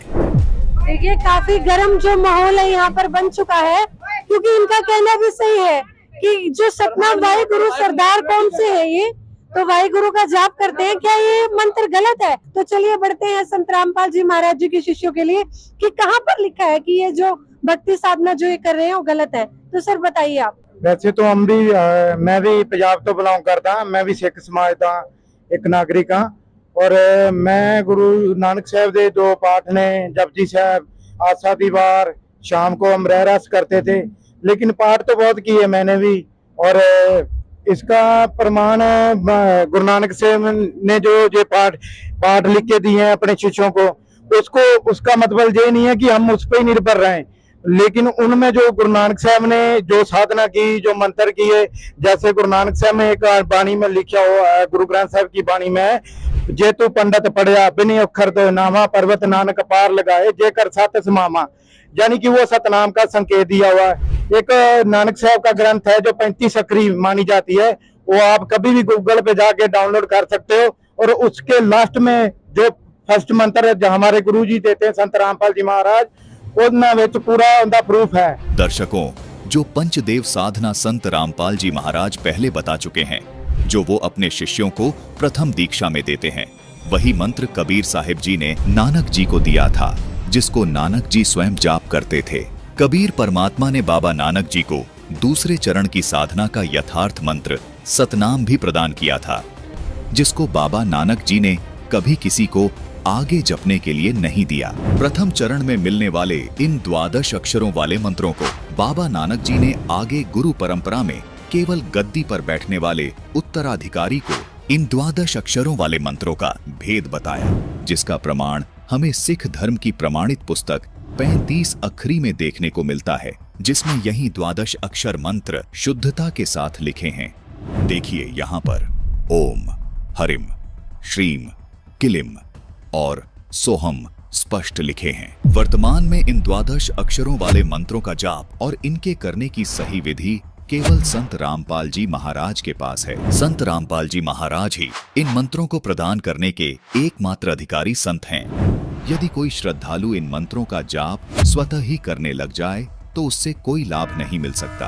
और दूसरी गल सतनाम दी गुरु ग्रंथ साहिब जो है, जैसे जो सिख धर्म का ग्रंथ है, भाई बाले वाली श्री गुरु नानक देव जी की जन्म साखी, इसमें सतनाम का मंत्र का प्रमाण है। आपको दिखा देते हैं, आप देख सकते हो। ये देखिए, ये पहले आप ये देख लीजिए, भाई बाले वाली ये साखी समुंदर की है जी। इसमें लिखा हुआ है, अब मर्दाना भी ओम सोहम की रट लगाने लगा, यानी कि जिस टाइम समुंदर की साखी में नानक साहब के साथ उनके जो 2 शिष्य थे, भाई बाला और मर्दाना गए थे, उन्होंने जिद की थी कि हमारे को वो समुंदर में दिखाओ दृश्य जो रावण ने जब चढ़ाई की थी। तो फिर नानक साहब उथे लैके गए, उन्होंने जो ये चीज विखाई तो उन्होंने ओम सोहम का जाप जब नानक साहब ने किया तो बाला ते मर्दाना उन्हों की रीस कर लगे तो डुबन लगे। तो फिर बाबे नानक ने कहा, गुरु जी की कथनी हल नहीं करनी हल जाओ। तो जो मैं ਤੁਹਾਨੂੰ ਮੰਤਰ ਦਿੱਤਾ ਉਹੀ ਕਹੋ। ਤਾਂ ਇਸ ਦਾ ਵੀ ਪ੍ਰਮਾਣ ਹੈ ਜੋ ਵਾਹਿਗੁਰੂ ਸਿੱਖ ਸਮਾਜ ਦੇ ਵਿੱਚ ਮੰਤਰ ਚੱਲ ਰਿਹਾ ਉਹਦਾ ਦੇਖੋ ਉਹ ਵਾਹਿਗੁਰੂ ਕਿੱਥੋਂ ਬਣਿਆ ਕਿੱਥੋਂ ਉਹਦੀ ਉਦਾਹਰਣਾ ਹੋਈ। ਉਹ ਜਦ ਨਾਨਕ ਸਾਹਿਬ ਸੱਚਖੰਡ ਦੇ ਵਿੱਚ ਸਤਲੋਕ 'ਚ ਗਏ ਤੇ ਉਹਨਾਂ ਨੇ ਵੇਖਿਆ ਝਾਕੀ ਦੇਖ ਕਬੀਰ ਕੀ ਤੇ ਨਾਨਕ ਕੀਤੀ वाह सिखा के गल पड़ी अब कौन छिड़ावे था। इन सिख समाज को ये नहीं पता है कि जो वाहिगुरु मंत्र निकला वो वहां से निकला है और उसका गुरु कबीर सागर में बता रखा है बाबे नानक ने और उसमें लिखा हुआ है वाह वाह कबीर गुरु पूरा है पूरे गुरते मैं बल जावा जाका सकल हजूरा है। तो ये देखो यहाँ एक प्राण संधली है गुरु नानक साहब जी का ये भी है ग्रंथ, इसमें भी आपको दिखा देते हैं कि सतनाम का जो प्रूफ है। ये देखिए ये प्राण संधली श्री गुरु नानक देव जी की प्राण संधली। प्राण हम उसको मानते हैं जो किसी की बॉडी हो उसको हम प्राण कहते हैं। तो ये नानक साहब की बॉडी को दोबारा सिख समाज उसको ऐसे पूछता है। तो इसमें लिखा हुआ साध संगत मिलिया मन माना ना मैं ना ओम सोम जाना। नानक साहब ने भी कह दिया कि मैंने ओम सोम सतनाम का मंत्र जापा है। तो आपको कभी भी ये कोई भी भाई सिख समाज से जो रिलेटेड हैं वो देख सकते हैं। सर अभी इन्होंने आपको काफी प्रमाण दिखाए यहाँ पर, तो अब आप क्या कहना चाहेंगे इसके बारे में? पहले ये मिलान कर लेंगे, चेक कर लेंगे आपस में, वहाँ पे अपने गुरु ग्रंथ साहिब जी के उसमें जाके देख लेंगे। भाई बाले वाली साखी दिखाई है। एक बार बताइए आपको संत रामपाल जी महाराज व्रत करने को क्यों मना करते हैं? है कोई कारण? अगर है तो प्रूफ दिखाओ। देखिए ये कह रहे हैं कि आपके जो संत रामपाल जी महाराज जी हैं व्रत करने से क्यों मना करते हैं, क्योंकि व्रत करना तो बहुत अच्छा बताया गया है और काफी सालों से लोग कोई सोमवार का व्रत रखता है, कोई शुक्रवार का व्रत रखता है, कोई करवा चौथ का जो बहनें हैं महिलाएं हैं वो करवा चौथ का व्रत रखती है। तो संत रामपाल जी महाराज जी सभी व्रतों के लिए क्यों मना करते हैं? क्या कहीं ये लिखा है, कहीं लिखा है कि व्रत नहीं रखने चाहिए? जी मैम, ये देखिए हमारी श्रीमद् भगवत गीता है, ठीक है, जय दयाल गोविंद इनके राइटर हैं, उसमें खुद लिखा हुआ है। ये देखिए कि हे अर्जुन योग ना तो बहुत खाने वाले का और ना बिल्कुल खाने वाले का, मतलब एकादशी जो वगैरह व्रत रखते हैं बिल्कुल ना खाने वाले का किसी का भी सिद्ध नहीं होगा, उसको कोई भी लाभ नहीं होगा, ना उसको कोई आर्थिक लाभ होगा ना कोई आध्यात्मिक लाभ होगा। देखिए ठीक है बहन जी, इसमें लिखा तो है देखिए जी कि यहाँ पे श्लोक पे लिखा हुआ है कि व्रत नहीं करने चाहिए। तो आप अनिरुद्धाचार्य जी को मानते हैं तो आप भी गीता जी ये लीजिए, गीता जी खोल के दिखा दीजिए कहाँ पर लिखा है व्रत रखना है। आप कह रहे हैं ये गीता जी इनके गुरु आपके गुरुजी ने लिखी है गीता? नहीं, हमारे गुरुजी ने गीता नहीं लिखी है, ये लिखी हुई है जय गोविंद जी महाराज की नहीं है ये। हमारे गुरुजी तो आप खुद कह रहे हो 25 साल से आए हैं। आप बोल रहे हो कि आपके घर पे गीता रखी है, तो आप क्या कभी गीता आपने कभी वो खोल के नहीं देखी? हम पढ़ते हैं लेकिन हमने ये सब नहीं देखा ना उसमें। हम पढ़ते हैं, हमने ये सब नहीं देखा। पढ़ लेते हैं इसे, सुबह शाम इसका अध्ययन कर लेते हैं। तो मैं प्रदर्शनी में गया था यहाँ पे, तो मैं प्रदर्शनी में गया था तो ये कबीर प्रकट दिवस पे ये भंडारा कर रखा है। तो उसमें बताते हैं कि भाई कबीर परमेश्वर आसमान से आके फूल पे बैठे थे, उनके कोई माता पिता नहीं है, ठीक है। और उसमें बताया था कि भाई ब्रह्मा विष्णु महेश के, पता नहीं कौन सी वो पुस्तक थी, दुर्गा पुराण, मेरे को दिखाया था उसपे कि ब्रह्मा विष्णु महेश के तो माता पिता हैं। तो जो मतलब हमारे ब्रह्मा विष्णु महेश हैं, आप उनको तो उनके माता पिता बता रहे हो, और जो कबीर जी है उनको आप भगवान बता रहे हो। लेकिन कबीर जी के भी तो माता पिता थे। जब काशी में जब वो लीला करने आए थे, हम नहीं बता रहे, ये ग्रंथ बता रहे हैं, ये ग्रंथ ना हम बता रहे ना हमारे गुरुजी बता रहे इस बात में, ये ग्रंथ बता रहे, प्रमाण दे रहे हैं कि कबीर परमात्मा किसी माँ के गर्भ से जन्म नहीं लेते और भगवान भी वही होता है। उसी का ही प्रमाण दिखाओ, प्रमाण इसमें कहाँ लिखा है इसका? उसी का कि भाई कबीर परमात्मा माता पिता नहीं है। और हमें इसका भी प्रमाण दिखाओ कि कबीर जी प्रकट हुए थे कमल के फूल पे। देखिए अभी एक और सवाल है यहाँ पर, एक सवाल यहाँ पर संत रामपाल जी महाराज जी के शिष्यों ने क्लियर किया कि गीता जी के इन्होंने यहाँ पर अभी अध्याय भी दिखाया, श्लोक भी दिखाया कि व्रत करना है, जो कहीं पर नहीं लिखा। व्रत करना बिल्कुल मना किया गया है। ना तो जो भक्ति है ना तो अधिक खाने वाले की होती है, ना जागने वाले की, ना कम खाने वालों की। तो अब इनका दूसरा सवाल ये है कि जो कबीर जी हैं कहाँ पर लिखा है? जो कबीर है वो लहरतारा तालाब पर जो है वहां पर वो प्रकट हुए थे उन्होंने किसी माँ के गर्भ से जन्म नहीं लिया था। इनका ये सवाल है। अभी हम संत रामपाल जी महाराज जी के शिष्यों की तरफ बढ़ते हैं और जानते हैं कि कहाँ पर लिखा है जो कबीर जी हैं उनका माँ के गर्भ से जन्म नहीं हुआ। तो सर प्लीज आप दिखाइए यहाँ पर प्रमाण। ये प्रमाण है ऋग्वेद मंडल 9 सूक्त 96 मंत्र नंबर 17 शिशुम जज्ञानम हरियंतम मजयंती सुबंती बदिनंतु मरुतम गणनम कबीर गिरवी काव्यना कबीर संत पवित्र मत सदी रेवम चिल्ला चिल्ला के मतलब देता सारा आंसर यहाँ पर लिखा हो सारा परमात्मा के। हाँ देखो आओ इधर आओ ये पढ़िए ये हिंदी में नीचे लिखा हुआ सारा। मैं हिंदी पढ़ूंगा संस्कृत तो मुझे नहीं हाँ कोई बात नहीं संस्कृत ना पढ़ो हिंदी पढ़ लो ये हिंदी है। ऋग्वेद मंडल 9 सूक्त 96 मंत्र नंबर 17 ये रखा याद। दर्शकों, जिन प्रमाणों का हवाला संत रामपाल जी महाराज के अनुयायी दे रहे हैं, क्या वह वास्तव में सत्य हैं? चलिए देखते हैं इस विषय पर संत रामपाल जी महाराज का क्या कहना है। वो परमात्मा नर आकार है, मनुष्य सदृश है, वो सह शरीर है, उसका नाम कबीर है और ऊपर सतलोक में रहता है, वहां भी मनुष्य सदृश है, राजा के समान मुकुट धारण करता है वो परमात्मा। अभी सभी पवित्र धर्मों के पवित्र सदग्रंथों से प्रमाणित किया जाएगा। ये देखिएगा यजुर्वेद, प्रकाशक है सार्वदेशिक आर्य प्रतिनिधि सभा 2/5 महर्षि दानंद भवन रामलीला मैदान नई दिल्ली। ये यहाँ से छपा है। मुद्रक है Prince offset printers 1510 Pataudi house Daryaganj नई दिल्ली से। इस 5वें अध्याय का 32वां श्लोक आपको दिखाते हैं। ये है 5वां अध्याय 5वां और ये यजुर्वेद ये 32वां अध्याय श्लोक है, मंत्र है। यहाँ लिख रखा उसी गसी कबीर अंगारी असी। अब हम इसको कबीर बोलते हैं, बै कबीर ये वह है, हम वह बोल रहे हैं। जैसे किसी का नाम वेद प्रकाश होता हम कहेंगे आ वेद प्रकाश आजा। जैसे कोई धर्मवीर है तो धर्मवीर बोल रहे हैं, ये हमारा अपना लोकल लैंग्वेज है। तो हम इसको कबीर को कबीर बोलते हैं। अंगारी माने पापों का शत्रु, बम भारी माने बंधनों का शत्रु, इन्हीं का। फिर है सवर ज्योति रित धामा आसी। ये देखो, हे जगदीश्वर जिस कारण आप कांतिमान है। अंगारी माने छोटे चलन के जीवों, छोटे चलन वाले जीवों के शत्रु नहीं। ये तो बकवाद कर रखी, अनुवाद ठीक नहीं किया। अंग अरि माने शत्रु, अरि इसको संधि छेद करें अंग अरि। अग अग माने अंग माने पाप होता है, पाप का शत्रु। और इसने क्या कर दिया, इसका अर्थ यूँ कर दिया, संधि छेद करते समय इसको ऐसे कर दिया। और हम इसको अगर जैसे ये यजुर्वेद है, यही इसका इन्हीं से सेट होगा ये मामला। अब ये 36वां अध्याय यजुर्वेद का दानंद द्वारा अनुवाद है इसका।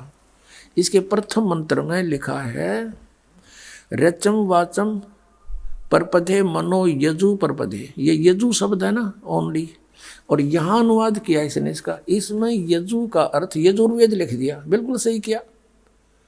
अब ये यजु है, यहाँ लिखना पड़ेगा कि ये यजुर्वेद के विषय में है। ये पूरा अब बना इसका अर्थ यजुर्वेद। तो यहाँ ये देखो कवि है, इन्होंने यहाँ कवि कर दिया इस 5वें अध्याय का। और ये जो 32वां श्लोक हम पढ़ रहे हैं, इसमें ये जो कबीर शब्द है इसको इन्होंने ऐसे कर लिख दिया। अब इसका अर्थ करते समय यहाँ लिखना चाहिए था कबीर देव लिख देते। ये कबीर वह लिख के कबीर लिख देते, कबीर देव लिख देते, तो हम उसको कबीर देव बोल रहे हैं। कबीर देव, हम उसको कबीर देव, देव माने परमेश्वर, कबीर साहब हैं यहाँ लिखना चाहिए, वो कबीर देव हैं।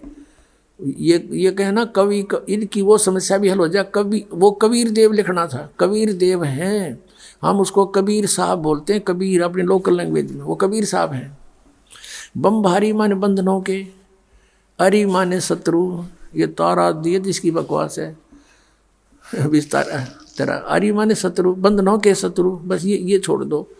यानी बंधन के शत्रु, अरि माने शत्रु, बंब माने बंधन, बंधनों के शत्रु बंदी छोड़ हैं कौन? वो कबीर हैं, कबीर देव हैं। और अंगारी माने पाप नाशक, ये गलत अनुवाद किया इसने। और फिर कौन है वो? रित धामासी, रित धामा, सतधाम युक्त, सतलोक युक्त। हम सतधाम कहें, उन्हें सतधाम, सतलोक कह देते हैं। लोक कहो धाम कहो एक ही बात है। सतलोक युक्त यानी रित धामा, यानी वो सतलोक वाले हैं, सतलोक में रहते हैं। और सवर ज्योति, स्वयं प्रकाशित, सवर ज्योति इन अड़ंगा कर रखा है, अंतरिक्ष को प्रकाश करने वाले। सवर ज्योति का अर्थ है स्वयं प्रकाशित, तेजो में शरीर युक्त परमात्मा है। यह है ऋग्वेद मंडल नंबर 9 सूक्त 82 का। ऋग्वेद मंडल नंबर 9 और सूक्त 82। और यहां देखें, ये है 82वां, 81वां समाप्त हुआ, ये 82वां शुरू हो जाता है। इसका प्रथम मंत्र है। इसमें लिखा है कि जो सर्वोत्पादक प्रभु, सबकी उत्पत्ति करने वाला परमेश्वर, प्रकाश रूप है। इसका अर्थ है वो तेजो में स्वरूप साकार है, सद्गुणों की वृष्टि करने वाला, पापों का हरण करने वाला, पाप नाश करने वाला, पाप क्षमा करने वाला है। वह राजेव, राजा के समान, राजेव इसका अर्थ है राजा के समान आगे लिखा है। ये देखना, ये 269 पृष्ठ पर पढ़ रहे हैं। कोई भ्रमत कर देगा कि दूसरा पृष्ठ दिखा दिया होगा। ये 270 दिखाऊंगा। ये देखो 270 यहाँ लिखा है। 82 का पहला पढ़ रहे हैं, 82 का 9 के 82 का। राजा के समान दर्शनीय है, वो देखने जोगा है, विजिबल है, वो साकार है। राजा की तरह तो मनुष्य जैसा ही हुआ। और वह है पृथ्वी आदि लोक लोकांतरों के चारों ओर शब्दमान हो रहा है।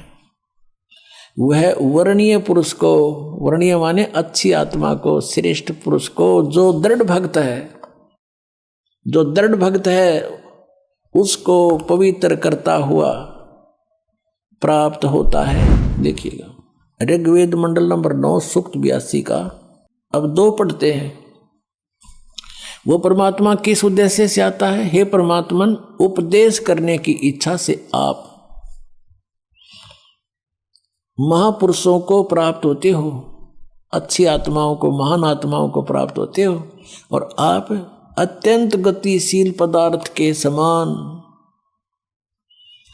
हमारे आध्यात्मिक यज्ञों को प्राप्त होते हो। यानी अत्यंत गतिशील पदार्थ के समान, यानी जैसे बिजली चलती है, बिजली जैसी गति से आप और उपदेश करने के लिए आते हो, यहाँ पर सच्चा ज्ञान देने के लिए। आप कबीर देव हैं।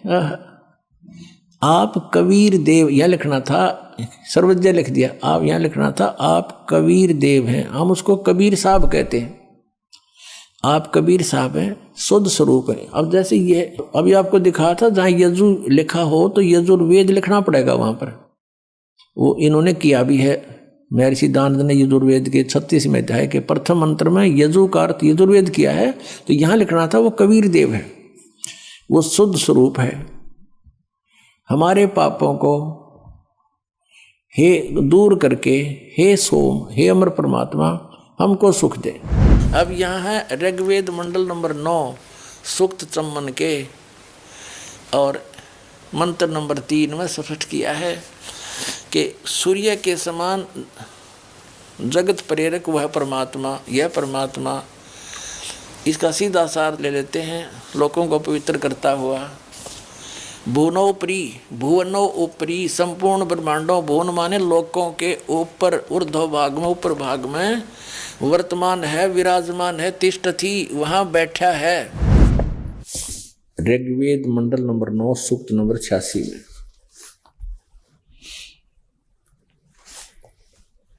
और 26 मंत्र ये क्या बताता है कि यज्ञ करने वाले यजमानों के लिए परमात्मा, यज्ञ माने धार्मिक अनुष्ठान, शास्त्र अनुकूल करने वाले यजमान माने भक्तों के लिए परमात्मा। सब रास्तों को सुगम करता हुआ, उनके विघ्नों का मर्दन करता है, उनके संकटों का नाश कर देता है और उनको पवित्र करता हुआ और अपने रूप को, यानी साकार है ना भगवान, इनके शब्दों में अपने रूप को सरल करता हुआ वह कांति में परमात्मा सर्वज्ञ लिखा। कवि, हम इसको कबीर देव, वो कबीर देव विद्युत के समान यानी बिजली की तरह क्रीड़ा करता हुआ वर्णीय पुरुषों को, श्रेष्ठ आत्माओं को, अच्छी आत्माओं को प्राप्त होता है, मिलता है। कहाँ रहता है वो? 27 में लिखा है, गणना नहीं यहीं से पढ़े, जो परमात्मा ध्रुवलोक के, ये प्रकाश पुंज परमात्मा यानी तेज पुंज का भगवान है वो, तेज पुंज कहो चाहे प्रकाश पुंज कहो, जो परमात्मा ध्रुवलोक के तीसरे पृष्ठ पर विराजमान है, जो वहां रहता है तीसरे पृष्ठ पर, वहां से चलकर आकर मिलता है, प्रकाश रूप है। और ये हमारे वेद बताते हैं। तो वो जब आता है ऊपर के लोक में रहता है, वहां से गति करके आता है, फिर उस शिशु रूप में प्रगट परमात्मा की परवरिश की लीला कुंवारी गाय से होती है। अब फिर देखिएगा ऋग्वेद मंडल नंबर 9 सूक्त नंबर 1 मंत्र 9 में, मंडल 9 सूक्त 1 और मंत्र 9, ये देखिएगा उस सोम स्वभाव वाले पुरुष को, उस अमर परमात्मा को जो शिशु रूप में प्रकट होता है, सब प्रकार से निये गौवें अभी अधन्या बिना दनाई पूर्ण रूप सब प्रकार से यानी कंवारी गौयों द्वारा तृप्त करती है, उसको गौवें तृप्त करती हैं। अच्छा हो गया सिद्ध। अब हम फिर आते हैं ऋग्वेद मंडल नंबर 9 सूक्त नंबर 96 96 के मंत्र 16 में कि हे परमात्मन सर्वोपरि रहस्य यानी गुप्त, अति गुप्त, श्रेष्ठ जो आपका नाम, जो तुम्हारी संज्ञा है, जो तुम्हारा नाम है, असली नाम गुप्त, उसका ज्ञान कराएं। यहाँ कराया हो ज्ञान 17वें में। यहाँ शिशु रूप है, शिशुम जगानम हरियंतम वर्जंती शुभंती वहीन मरोत गणेन कबीर गिरभी कावेना कबीर। इन्होंने यहाँ थोड़ी घुसपैठ कर रखी, दूसरे कबीर का अर्थ नहीं कर रखा। संत सोम पवित्र अत्यति रेभन, इन्होंने क्या अर्थ किया है कि शिशुम शिष्यति सूक्ष्म करोति प्रलय काले जगत जगदिति शिशु पर परमात्मा, उस परमात्मा को यहाँ कहना था जो शिशु रूप में प्रकट होता है, वो परमात्मा को जो सदा प्रकट है। जगानम माने प्रकट होता है, शिशु रूप धारण कर, शिशुम जगानम शिशु रूप धारण, बालक रूप धारण करके प्रकट होता है, यहाँ आता है। जो अत्यंत कमनीय है उसको उपासक लोग बुद्धि विषय करते हैं, स्तुतियों द्वारा उसका गुणगान करते हैं। विद्वान लोग उस गतिशील परमात्मा का, अब देखियो अगर वो परमात्मा सर्वव्यापक था तो गतिशील के हो गया, फिर उसका वो कैसे हुआ गतिशील? गतिशील माने वहां से चलकर आने वाला। परमात्मा का वर्णन गणों द्वारा करते हैं। इसका अर्थ है कवि लोग, गिरभी माने वाणी द्वारा, यहां गड़बड़ी कर दी इन्होंने, ये है कबीर गिरभी। इसका अर्थ किया इन्होंने कवि लोग वाणी द्वारा, यहां लिखना था कबीर वाणी द्वारा, कबीर, ये कबीर वाणी द्वारा लिखना था, कबीर, इसमें कोई कुछ नहीं करना चाहिए था। कबीर गिरभी, कबीर वाणी द्वारा, कौन? वो कबीर। कावेना, कावेना माने कवि तव से, कवि तव से यानी कावेन, कावेन माने कवि तव से, यानी कवि तव, जैसे कवि बोला करते हैं लोकोक्तियों के माध्यम से और दोहों के माध्यम से, साखियों के माध्यम से, शब्दों के माध्यम से वो अपनी महिमा का वर्णन आप ही करते हैं। यही श्रीमद् भगवत गीता अध्याय नंबर 4 के श्लोक नंबर 32 में कहा है कि अर्जुन यज्ञों यानी धार्मिक अनुष्ठानों की जानकारी ब्रह्मण मुखे सचिदानंद घन ब्रह्म के द्वारा अपने मुख कमल से बोली गई अमृतवाणी में विस्तार के साथ कहे गए हैं। वो असली तत्व ज्ञान है। चौथे अध्याय के 34वें श्लोक में कहा कि उस तत्व ज्ञान को तू तत्वदर्शी संतों के पास जाकर समझ। उनको दंडवत प्रणाम करने से, कपट छोड़कर प्रसन्न करने से वो तत्वदर्शी संत तुझे तत्व ज्ञान का उपदेश करेंगे। तो यहाँ वही है कि वो परमात्मा कविताओं से, अपने मुख कमल से बोल बोल कर कविताओं के माध्यम से बोलता फिरता है, जिस कारण से वे प्रसिद्ध कवि की भी उपाधि प्राप्त कर लेता है। लेकिन वो होता है भगवान जो संत रूप में आता है, वो कबीर देव नाम है उसका। ये देखिएगा, ये अनुवाद है इनका। इसमें ब्रैकेट में है वह संस्कृत के शब्द।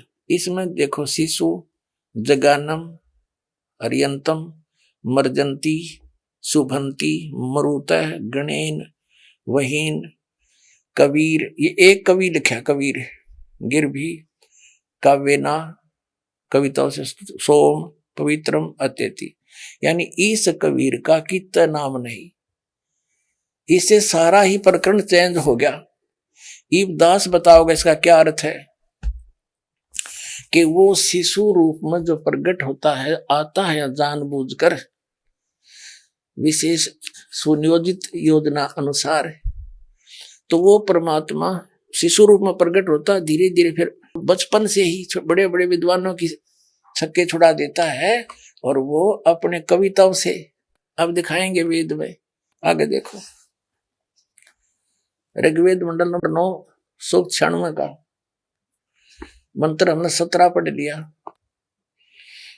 इसमें है कबीर गर्भी काव्यना कवि संत सोम पवित्र अत्यति रेभन। रेभन माने गरजता हुआ, गरजता हुआ, अनूठी आवाज में बोलता है, कविताओं से स्तुति करते हैं नहीं।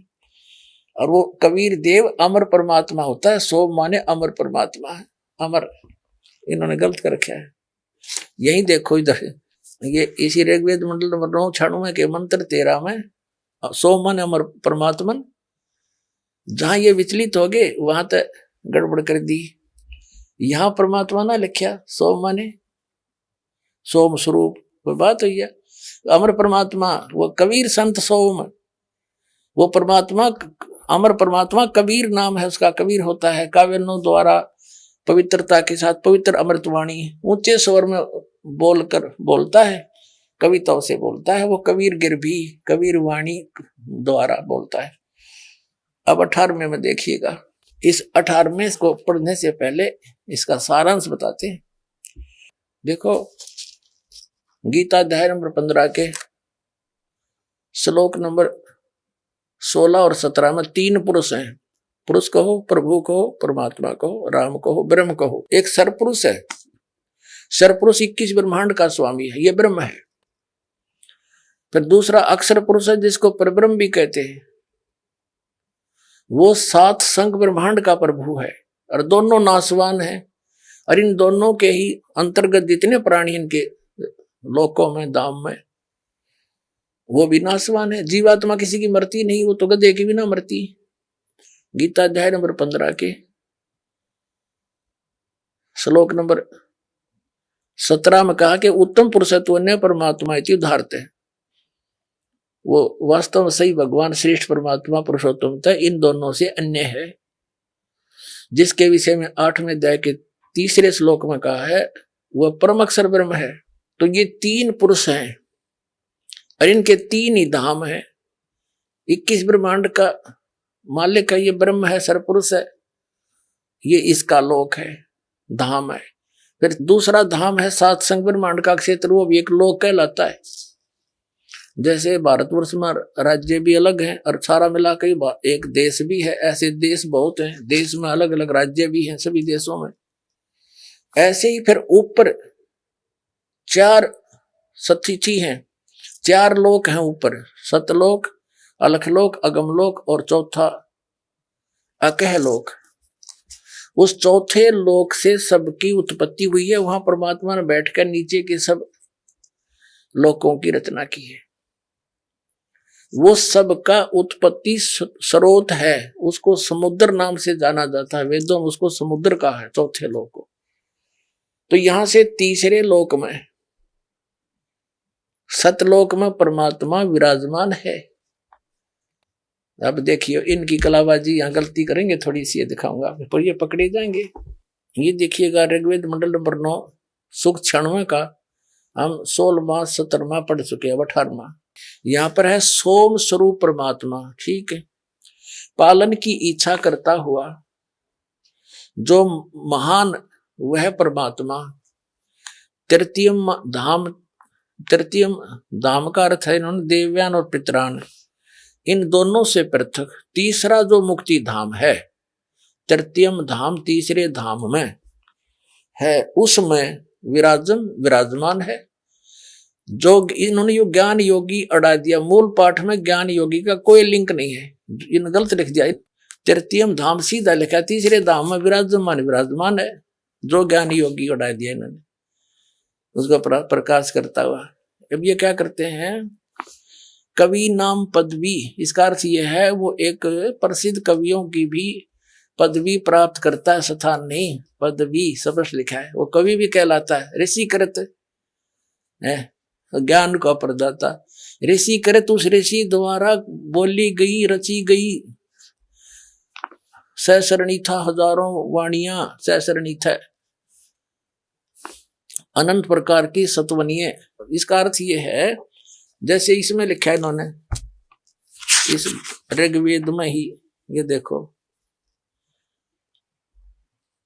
महर्षि दानव सरस्वती कृत, इनके द्वारा की हुई, यहां भी कृत बोल दे, ये खुद ही लिख रहे हैं, ऋषि कृत 9 के 96 के 18 में, ऋषि कृत उस ऋषि रूप में प्रकट ऋषि द्वारा की गई। ऋषि मना उनके जो अनुयायी हैं, रसी स्वभाव के लोगों के लिए सवर्षा बहुत प्यारी होती है, ये गलत लिखे। अब यहाँ इन्होंने जो गलती करी है, तीसरे धाम तुर्यम धामम विराजम, तीसरा जो मुक्ति धाम है उसमें विराजमान जो ज्ञान योगी, यहाँ गड़बड़ कर दी। अब देखो इनकी फिर चोरी पकड़ी गई। यहाँ देखो, अब ऋग्वेद मंडल नंबर 9 सूक्त 86 के और मंत्र नंबर 27 में स्पष्ट लिखा कि जो परमात्मा ध्रुवलोक के तीसरे पृष्ठ पर विराजमान है, वहां बैठा है, ठीक है। या भूल गए ये ज्ञान योगी, वहां अड़ा दिया डंगा। अब यहाँ है ऋग्वेद मंडल नंबर 9 सूक्त 54 के और मंत्र नंबर 3 में स्पष्ट किया है कि सूर्य के समान जगत प्रेरक वह परमात्मा, यह परमात्मा, इसका सीधा सार ले लेते हैं, लोगों को पवित्र करता हुआ। भुवनो ऊपरी संपूर्ण ब्रह्मांडों, भुवन माने लोकों के ऊपर, ऊर्ध्व भाग में, ऊपर भाग में वर्तमान है, विराजमान है, तिष्ठति वहां बैठा है। इसी में आगे पढ़ेंगे ऋग्वेद मंडल नंबर 9, ऋग्वेद मंडल नंबर 9 और 96 मंत्र 96 का हमने 18 पढ़ लिया। 19 में देखो, इसमें चौथे धाम का भी जिक्र है। प्रकृति से सूक्ष्म शक्तियों के साथ जो संगत है, समुद्रम। अब समुद्र शब्द तीसरे चौथे धाम को समुद्र का है, समुद्रम। इसका अर्थ इन्होंने सही किया है कि सम्यक द्रवंती भूतानी यस्मात् स समुद्र, जिससे सब भूतों की उत्पत्ति, स्थिति और प्रलय होता है, वह तुर्यम, वह चौथा धाम परम पद परमात्मा है। अडंगा कर दिया ना।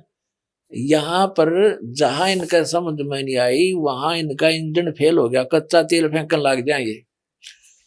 अब यहाँ लिखा है कि वो परमात्मा वो चौथा धाम है। चौथा धाम, तुर्यम माने चौथा, धाम माने वो लोक, वो चौथा लोक है जहां ऊपर से चौथा लोक, सतलोक से अमर लोकों का जिक्र है, ऊपर के सतलोक, अलखलोक, अगम लोक, और चौथा वो अकलोक।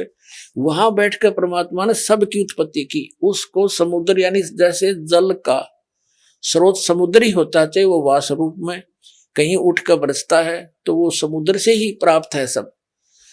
तो ऐसे वो चौथा जो धाम है वो सबका उत्पत्ति स्थल है, जहां बैठकर भगवान ने अन्य लोकों की रचना की, फिर नीचे की आकर के सतलोक में बैठ कर की, और चारों स्थानों पर अलग अलग रूपों में विराजमान है। सभी भुवनों लिखा है ना, सभी भुवनों के ऊपर के स्थान पर विराजमान है, ऊपर के सभी भुवनों में चारों लोकों में विराजमान है। अब यहाँ देखो चौथा धाम, अब तुरियम धाम चौथा धाम है। अब चौथे तुरियम माने चौथा, धाम माने धाम, परम पदनी धाम, उसको महापुरुष उक्त तुरियम धाम का, परमात्मा का महापुरुष यानी उस चौथे धाम का, लोक नहीं, चौथे धाम का वर्णन करता है। वह परमात्मा जो प्रत्येक बल में स्थित है, सर्वोपरि प्रशंसनीय है, सर्वशक्तिमान है, यजमानों को तृप्त करके शीघ्र गति वाला है। बताओ सर्वव्यापक है, तो गतिमान की तरह तो सब जगह होता है, फिर हर जगह से फेल है इस महर्षि सिद्धांत के सारे सिद्धांत, वेद नहीं कर दिए। अनंत शक्तियों को धारण करता हुआ संपूर्ण संसार का उत्पादक है। अच्छा, अब 20 में और कमाल कर दिया है। ऋग्वेद मंडल नंबर 9 सूक्त 96 का मंत्र 20 पढ़ रहे हैं हम। वह परमात्मा जिस प्रकार से एक संघ को उसका सेनापति प्राप्त होता है, उसी प्रकार ब्रह्मांडों रूपी कोश में प्राप्त होकर उच्च स्वर से गरजता हुआ इस ब्रह्मांड रूपी विस्तृत प्रतिखंड में भली भांति प्रवेश होता है। अब सर्वव्यापक होता है, फिर गरजता हुआ यहाँ प्रवेश होने का क्या रहेगा, कौन सी आवश्यकता रहेगी। वास्तविकता यह है परमात्मा वहां से चल कर आता है और जैसे मनुष्य शरीर धारण करता है ऐसे स्वरूप में आता है, मनुष्य दृश्य देखिए प्रविष्ट होता है। और जैसे मरिया माने मनुष्य शुभ्र शरीर को धारण करता है, यानी मनुष्य जैसे शरीर में आता है, अत्यंत गतिशील पदार्थ के समान बहुत तीव्र गामी होता हुआ, प्राप्ति के लिए गतिशील होता हुआ, और यहाँ आता है। बता हो गया स्पष्ट। दर्शकों, संत रामपाल जी द्वारा दिखाए गए प्रमाणों से यह पूर्ण सिद्ध होता है कि वास्तव में कबीर साहिब जी ही पूर्ण परमात्मा है, जिनका किसी माता के गर्भ से जन्म नहीं होता, बल्कि वह तो स्वयं अपने निज लोक से अपने वास्तविक शरीर को सरल करके इस धरा पर सह शरीर प्रकट होते हैं, अर्थात वही पूर्ण परमात्मा है। मैं भी ऋग्वेद लेकर के आऊंगा, ठीक है जी, और मैं उसे प्रमाण करके देखूंगा कि क्या है क्या नहीं है, मेल जोल मिलेगा तो ठीक है, नहीं तो कोई बात नहीं। दर्शकों, आपने इस आध्यात्मिक डिबेट में देखा संत रामपाल जी महाराज ही तत्वदर्शी संत हैं, और संत रामपाल जी महाराज किसी देवी देवता की भक्ति नहीं छुड़वाते, अपितु उनकी भक्ति शास्त्रों के अनुसार करवाते हैं। और इस डिबेट में आपने ये भी देखा कि किसी भी मनमाने मंत्र के जाप से मोक्ष संभव नहीं है। कौन सी साधना करनी चाहिए, कौन सी नहीं, इसके लिए तत्वदर्शी संत की शरण में जाना पड़ेगा। वो संत ही परमात्मा की वास्तविक जानकारी सही सही बताएगा। और इस डिबेट को देखकर यह सिद्ध हो गया कि संत रामपाल जी महाराज ही वह सच्चे तत्वदर्शी संत हैं, जिनकी शरण में जाने के बाद श्रद्धालु का मोक्ष संभव है। धन्यवाद।